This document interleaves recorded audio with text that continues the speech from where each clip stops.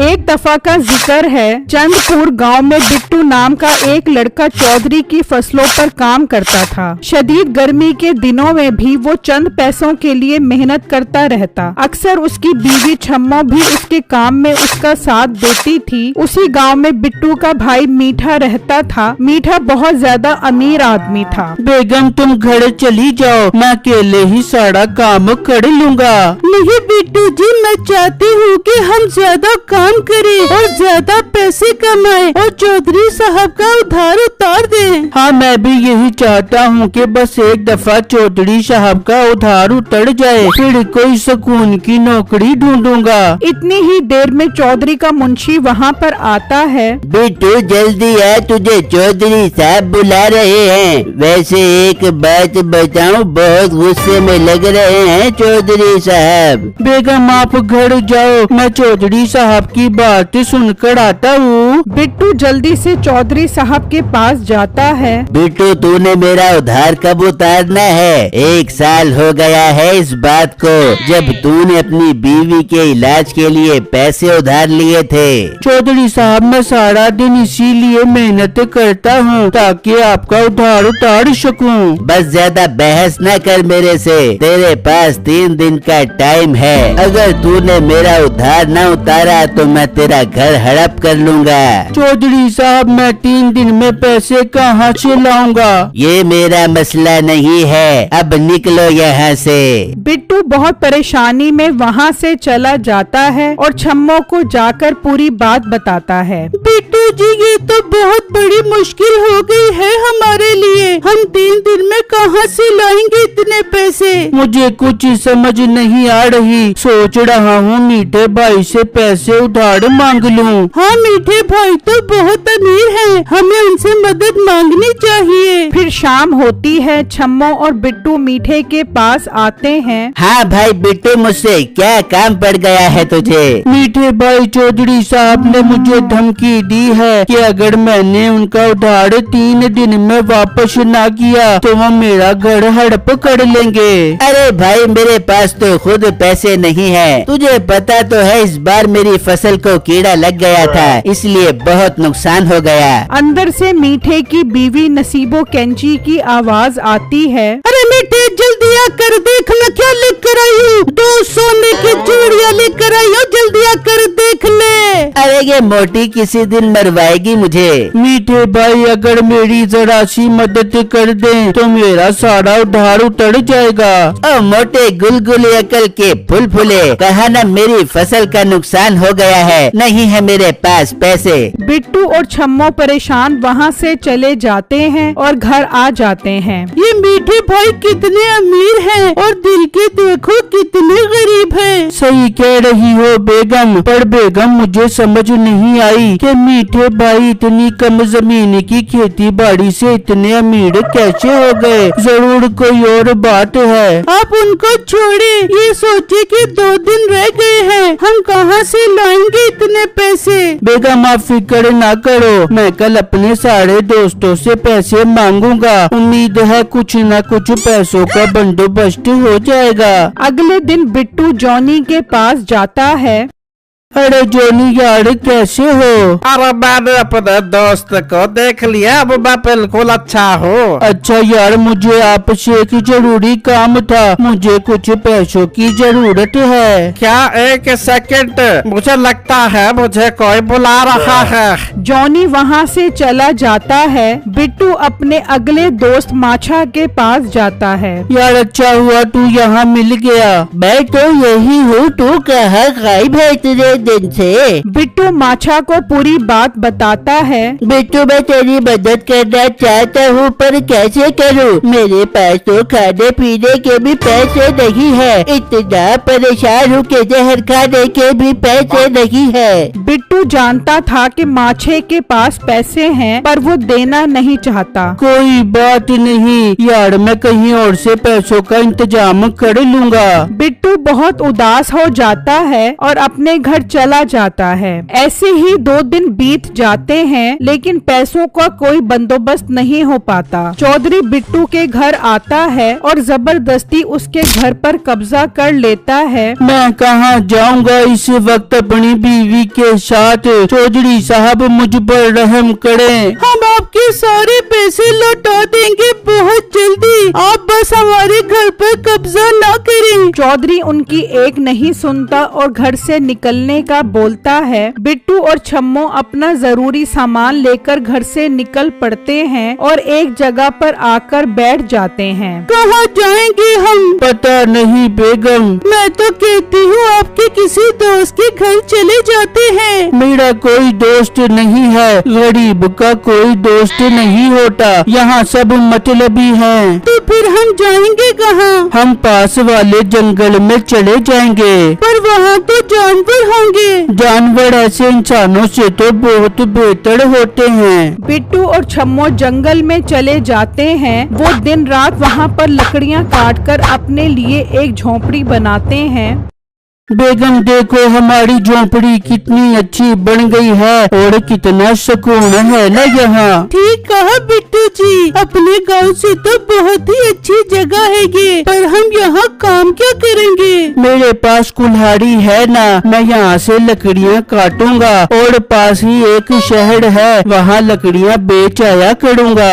अगले दिन बिट्टू लकड़ियाँ काटता है और शहर बेचने चला जाता है। वहाँ से पैसे कमा कर घर का राशन लेकर शाम को वो घर आ जाता है। बिट्टू जी मुझे तो लगता है सब ठीक होने वाला है, अल्लाह का शुक्र है। इतनी ही देर में उनकी झोंपड़ी का दरवाजा बजता है। जब वो बाहर आते हैं तो देखकर हैरान हो जाते हैं, क्योंकि वहाँ पर जंगली लोग खड़े होते हैं। कौन हो तुम लोग?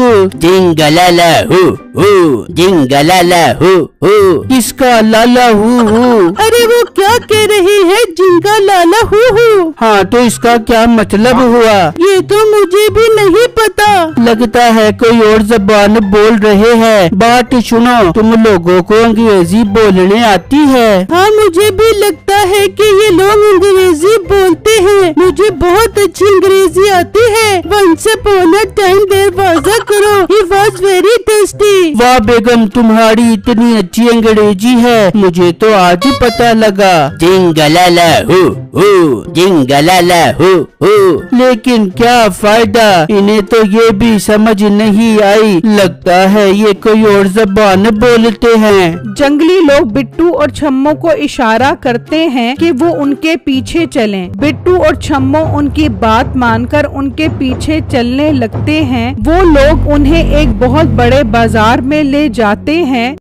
वहाँ पर हर तरह की चीजें होती हैं। वाह कितना बड़ा बाजार है ये, लेकिन हमारे पास इतने पैसे नहीं है कि हम कुछ खरीद सके। बिट्टू और छम्मो एक दुकान पर आते हैं। भाई कैसे किलो दे रहे हो चावल? 1 रुपए किलो। क्या 1000 रुपए किलो? नहीं बेटा 1 रुपए किलो। क्या मैं कोई ख्वाब तो नहीं देख रहा? बेटा आप इस वक्त चोर बाजार में है और यहाँ सब कुछ सस्ता ही मिलता है। चोर बाजार और जंगल में? हाँ जंगल में। इस बाजार के बारे में बहुत कम लोगों को पता है। ये सुनकर बिट्टू और छम्मो बहुत खुश हो जाते हैं। ये लोग कितने अच्छे हैं, हमें कितनी अच्छी जगह पर ले आए। हाँ मैं भी बहुत खुश हूँ। बिट्टू जी अब हम कुछ सामान लेकर घर चले जाते हैं। बिट्टू और छम्मो सामान लेकर घर आ जाते हैं और सो जाते हैं। अगले दिन सुबह सुबह दरवाजे पर दस्तक की आवाज आती है। छम्मो और बिट्टू जाकर देखते हैं तो वहाँ पर फिर से जंगली लोग मौजूद होते हैं। शुक्रिया भाई, कल आप हमें बहुत अच्छी जगह पर ले गए, लेकिन अब हमें नहीं जाना। हम तो पहले ही पछता रहे हैं कि हमें चोरी का माल नहीं खरीदना चाहिए था। जिंगलाला हो जिंगलाला हो। ये तो फिर नहीं समझ रहे। मुझे लगता है कि हमें आज फिर उनके साथ जाना चाहिए। हो सकता है हमें ये किसी नई जगह पर ले जाएं। बिट्टू और छम्मो उनके साथ चल पड़ते हैं। जंगली लोग बिट्टू और छम्मो को एक बहुत बड़े दरख्त के पास ले जाते हैं। वहाँ पर एक बाबा जी बैठे होते हैं। अरे बच्चों, आखिरकार तुम लोग आ ही गए। पर बाबा जी, हमने आपको नहीं पहचाना। पहचानोगे भी नहीं, लेकिन मैं तुम लोगों को बहुत अच्छी तरह जानता हूँ। मैं बहुत अरसे से ईमानदार और मेहनती लोगों को ढूंढ रहा था। मुझे पता लगा कि चंदपुर गांव में किसी मेहनती गरीब का घर गांव के चौधरी ने हड़प लिया है। तो मैं तुम लोगों को ढूंढने लगा और देखो ढूंढ निकाला। पर हमसे क्या करवाएंगे? क्यों ढूंढ रहे हैं हमें? असल में मैं साथ वाले गांव श्यामपुर में रहता था। वहाँ बहुत चोरियाँ होती थी। जब मैंने पता लगवाने की कोशिश की तो मालूम हुआ कि ये सारा माल चोरी होकर इस जंगल के एक चोर बाजार में आता है। तो आपको गांव वालों को सब बता देना चाहिए था। इससे पहले कि मैं कुछ बताता, कुछ चोरों ने मुझे अगवा कर लिया और मुझे इस जंगल में छोड़ गए और मुझे धमकी लगाई कि अगर मैं वापस आया तो वो मेरे घर वालों को मार देंगे। तो आप हमसे क्या चाहते हैं? मैं चाहता हूँ कि आप लोग उस चोर बाजार के लोगों को चंदपुर और श्यामपुर में बेनकाब करने में मेरी मदद करो। बिट्टू और छम्मो इस बात पर मान जाते हैं। अगले दिन बिट्टू और छम्मो चोर बाजार जाते हैं तो वो ये देखकर हैरान हो जाते हैं कि वहाँ मीठा मौजूद होता है। ये तो मीठे भाई है ना, ये यहाँ क्या कर रहे हैं? लगता है कुछ खरीदने आए होंगे। कुछ देर बाद वो छुपकर देखते हैं। साहब जी, आपका सारा माल बिक गया है, नया माल लेकर आ जाए। ये ले साहब जी समा के पैसे। अच्छा, तो अब समझ आई कि मीठे भाई इतने अमीर क्यों हैं। मैं सोच भी नहीं सकता था कि मीठे भाई भी चोर हैं। सिर्फ चोर ही नहीं, पूरे चोर बाजार के हेड हैं। मुझे लगता है हमें नसीबो बाजी को ये राज बताना चाहिए। अगले दिन बिट्टू और छम्मो मीठे के घर जाते हैं तो वहाँ से आवाज आती है। बेगम कहाँ कहाँ से माल चोरी करके आई है इस बार? अरे मीठे, तू फिक्र न कर। इस बार तो पूरे गांव से चोरियां कर कर के माल इकट्ठा किया मैंने। मुझे तो अपने कानों पर यकीन ही नहीं आ रहा कि नसीबो बाजी भी मीठे भाई के साथ मिली हुई है। अब तो हमें इन्हें रंगे हाथों पकड़ना पड़ेगा। माँ दूंगी तुम दोनों का साथ। जब वो दोनों पीछे मुड़कर देखते हैं तो वो नसीबो की माँ होती है। ये दोनों मियाँ बीवी पैसों के नशे में बहुत इतरा रहे हैं और इन्होंने मुझे घर से निकाल दिया है। मैं नहीं छोड़ूंगी इन्हें। पर आप हमारी क्या मदद करेंगी? मैं तुम दोनों को एक राज बताऊंगी। क्या राज की बात है? जल्दी बताइए। राज ये है कि गांव का चौधरी भी इनके साथ मिला हुआ है। वो इनसे मुनाफा लेता है और कल ये दोनों गंबन चक्कर तबाही के हाथ चोरी करेंगे। क्या राज बताया है बेगम? अब हमारे पास अच्छा मौका है इन्हें रंगे हाथों पकड़वाने का।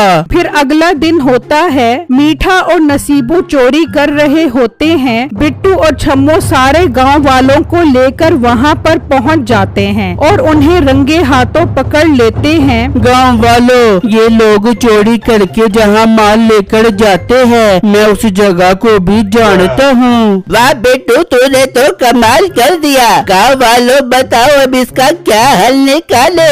मेरे ख्याल से तो ये मामला पुलिस के हवाले ही करना चाहिए। सिर्फ हम ही क्यों, जब भी जेल में उस चौधरी को भी जाना चाहिए। चुप कर जा, चुप कर जा।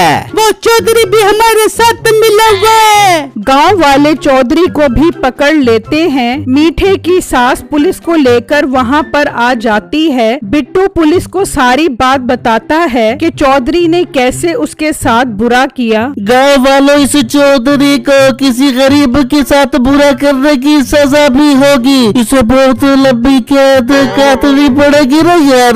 पुलिस उन तीनों को पकड़कर ले जाती है। पुलिस बिट्टू को उसका घर वापस दिलवा देती है। बेगम, हमें अपना घर तो मिल गया है, पर मेरा इस गांव में दिल नहीं लग रहा। क्यों ना हम जंगल वाले घर में रहें। छम्मो बिट्टू की बात मान लेती है। फिर वो जंगल वाले घर में हंसी खुशी रहने लग जाते हैं।